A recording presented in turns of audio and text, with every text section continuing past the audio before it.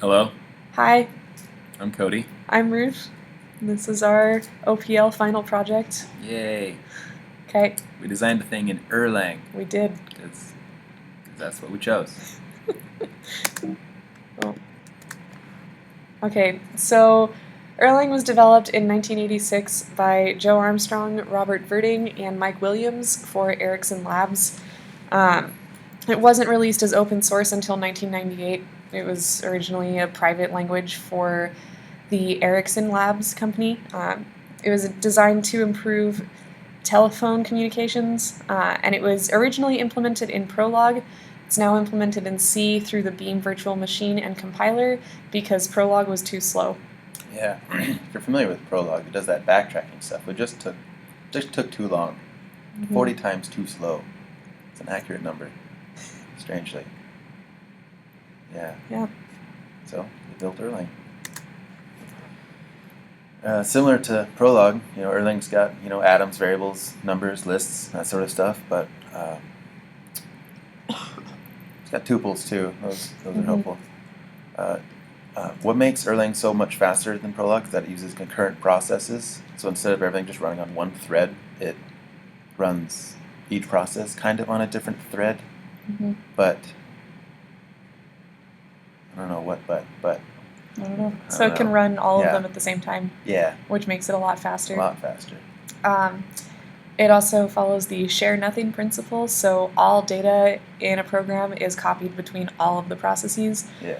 Which we thought might slow it down more because there's so much copying of data going on, but it doesn't seem to, and it makes it run faster because it allows all of the processes to run at the same time since they don't have to rely on each other's data.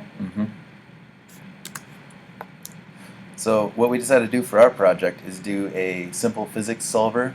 So Physics 101, we are your heroes. Basically what we do is, you just type in what you know and it'll pop out everything you want to know about the problem. So I guess let's go to a demo. So let's say a car starts from rest and accelerates uniformly over a time of 5.21 seconds for a distance of 110 meters. What is the acceleration of the car? Okay, so you do solve and then you got to do the module name. Oh, right. So you got to do the module name. We'll colon solve, which is the name of the function that we're trying to use. One-dimensional physics entry point. And then it's a list of tuples. So we know that time is 5.21 seconds. We know that distance is 110 meters. And we know that velocity initial is 0.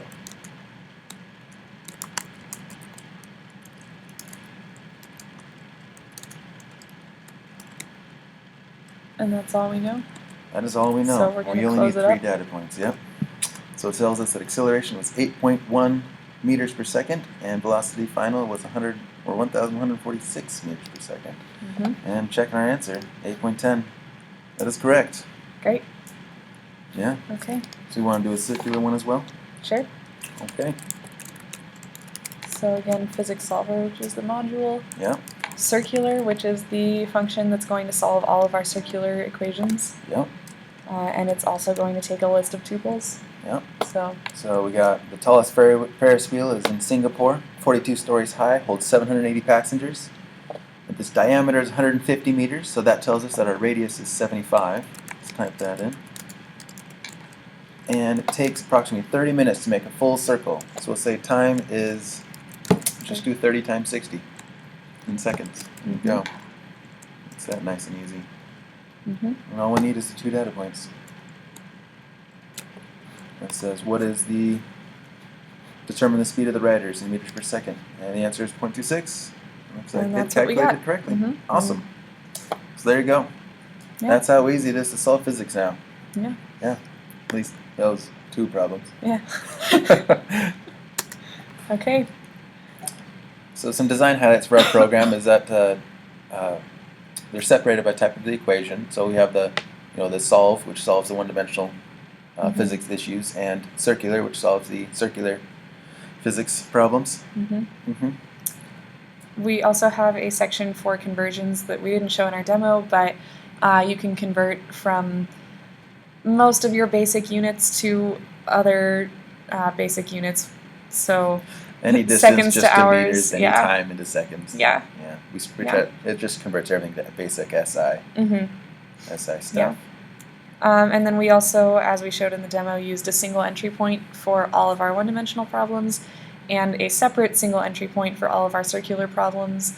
So you don't have to remember the names of all of the individual functions that we created. You just have to know whether it's one-dimensional or circular. Yeah, which pretty sure you should be able to figure out. Yeah, if not, You're in the you- wrong major. Yeah, you need more help than our program can give you. That's very true. Okay. So in summary, we decided that programming in Erlang, writing the programs was very similar to writing in Prolog, but its functionality was more similar to Haskell, especially because it didn't do that continuous backtracking that was Prolog causing does. problems in Prolog. Yeah, it just stops like it does in Haskell. Finds a Mhm. match, bam, runs that one, no more. Mm-hmm. Which I like. Mm-hmm. I use the cut operator in Prolog a lot. Yeah. Basically make it Haskell. Yeah. We also thought the share everything was an interesting concept. Yeah.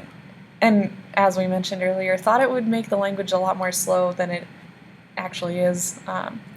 Concurrency, it's powerful stuff. Mm-hmm. Yeah, and definitely makes it very, very functional.